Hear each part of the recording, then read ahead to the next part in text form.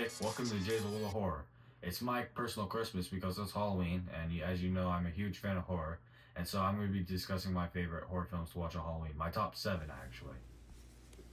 So now, first on the list is Pumpkinhead in 1988, directed by Stan Winston. So the first thing I have to say about this one is that it's real fun. So I like Stan Winston for his effects, which he did on iconic characters like Jurassic Park, Terminator 2, and especially John Carpenter's masterpiece, The Thing. And even a short horror film with Stephen King called Ghosts, starring Michael Jackson. Okay, anyway, Winston did a lot of effects for big movies. After Winston was sent the script for Pumpkinhead, only expecting him to do the special creatures effects, but Winston thought Pumpkinhead as a chance to make it an opportunity for his directorial debut. And the film was inspired actually by a poem by Ed Justin.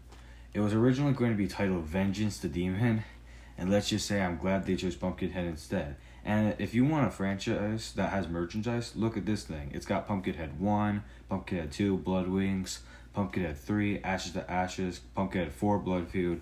There's also lunchboxes, action figures, and a possible reboot in works of Paramount. Yeah, there's a lot of pumpkin crap, but let me explain why I like it. So the story follows a man named Ed Harley who just lost his son in a motorcycle accident, and out of revenge, he wants to get revenge on the teens that accidentally killed his son. And so he conjures a demon called the Pumpkinhead, and it's just so good because it's so unique. Like, it's a unique B movie, a unique horror film, a unique witchcraft film, because yeah, it involves witchcraft, like conjuring and stuff. And I can understand why some people might think it's ridiculous because the name is, and not even when his head really is a pumpkin. Yeah, Fallen Leprechaun Origins. But yeah, it's a great film, and so you should give it a chance. And it also has a weird moral, which I did enjoy. Now, next on the list is Idle Hands in 1999, directed by Rodman Felder. So this movie mixes being a comedy movie, a slasher, partially a spoof, and a zombie film well. And I think you are probably familiar with the Scream era, when after Scream there were a lot of copycats out there. This was one of my favorites. Seth Green's really funny. So is Devin Sawa in ways. The gore effects are well done. And I really did like the soundtrack too. Like, it featured a lot of artists I like in the 90s, like Sublime and The Offspring. And so you should give it a chance. And the satire and, well, not slapstick is well done and really funny. So you should give it a chance. And it's also a Halloween classic. So go watch it right now on actually Prime Video. Now, next on the list is The Crow in 1994, directed by Alice Proyas. So I'm not the biggest comic book fan, but they're just not for me. But this one's got a lot of stuff, and like, it's a really wide appeal for most horror fans. One of the best soundtracks ever, a great hero who wants revenge. It's very emotional. It's based off the comic book series by J. Obar, who was inspired by the death of his fiancée in the hands of a drunk driver. And Bruce Lee's son Brandon, who took the role, actually died on set. And that's the freaky thing about this movie. It's kind of cursed. Like, it kind of has the Bruce Lee curse, which started it with his tragic death too, almost related to Heath Ledger and Marilyn Monroe. And actually, that's the reason why this film did really well, because originally nobody really wanted to see it. And actually, most people consider it a horror film or even a comic book film, but I'd specifically call it a dark fantasy. And after seeing Ernie Hudson play Winston in Ghostbusters and play in Congo, I became an Ernie fan, and I think he does a good job in this movie. And also, it's got the Candyman himself, Tony Todd. Now, next on the list is Spookies in 1986, directed by Thomas Doran and Brendan Falker.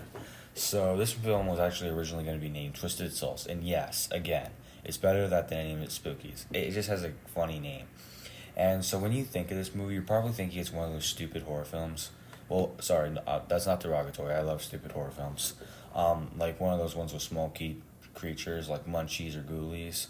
And when I heard about this film, I thought that, but it's not that actually. It stars an evil sorcerer who releases an army of ghoulish monsters trying to murder intruders of a mansion. And the mansion looks really good. And I think my favorite spooky is probably the Grim Reaper, because look at that guy, he's awesome. Effects are well done. So this is definitely one of my favorite horrible horror movies. Like, you know, like one of those horror B movies. And it's also a very fun Halloween film. You should check it out. Now, next on the list, I mean, obviously, I had to put this on. So, it's definitely one of his best films. It's a great pioneer in the genre. It's a classic without a doubt. John Carpenter's 1978 Halloween. Dun, dun, dun, dun, dun, dun, dun. Yeah, that Halloween. So you're familiar with Halloween, but first let me show you how it all started. So yes, it stars a typical killer, Michael Myers, but first, in his clown costume for Halloween, kills his sister, Judith Myers, because she was making out with her boyfriend instead of taking him trick-or-treating. Then, yeah, he kills her, stays the rest of it in the asylum. Then, yep, he gets his other sisters. Oh, spoiler alert. Jamie Lee Curtis's character, Laurie Strode. Then on the way, he makes other enemies: Paul Rudd, Josh Hartnett, LL Cool J, and yep, Busta Rhymes.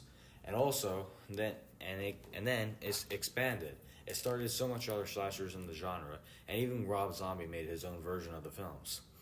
And I have to say, it's a great franchise, especially the aesthetic. It's so well done. But I will say I do get a little bored of the killer Michael Myers. I think it's just a white mask and, a suit.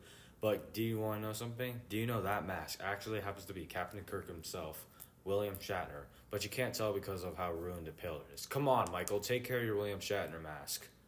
And, yep, I have to say this is definitely the best in the franchise. One of the best Halloween horror movies, too. Next on the list is Ginger Snaps in 2000, directed by John Fawcett.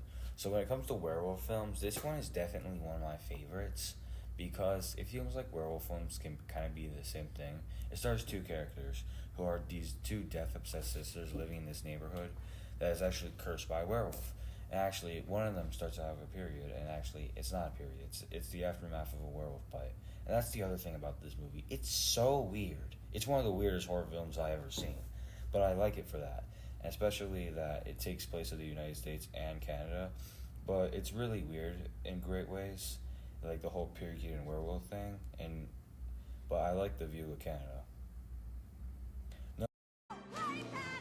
No, don't blame Canada for making a great horror film and wanting it to be weird. I think it's great for being weird. And it's really fun. Acting is actually well done. And setting, films, gore is definitely great. I think you should see it. It's really iconic in the horror genre. And, yep, I'm pretty sure you're familiar. I couldn't end the list without doing this film. I mean, come on. Trick or Treat, my favorite horror anthology. Directed by Michael Dorbury, who also made Krampus and Godzilla King of the Monsters. So, why is this my favorite horror anthology? For these reasons. It mixes the traditions and culture of the holiday Halloween into the horror genre psychologically very well. And I like the performance of Dylan Baker, especially after seeing him in the Tobey Maguire Spider-Man movies.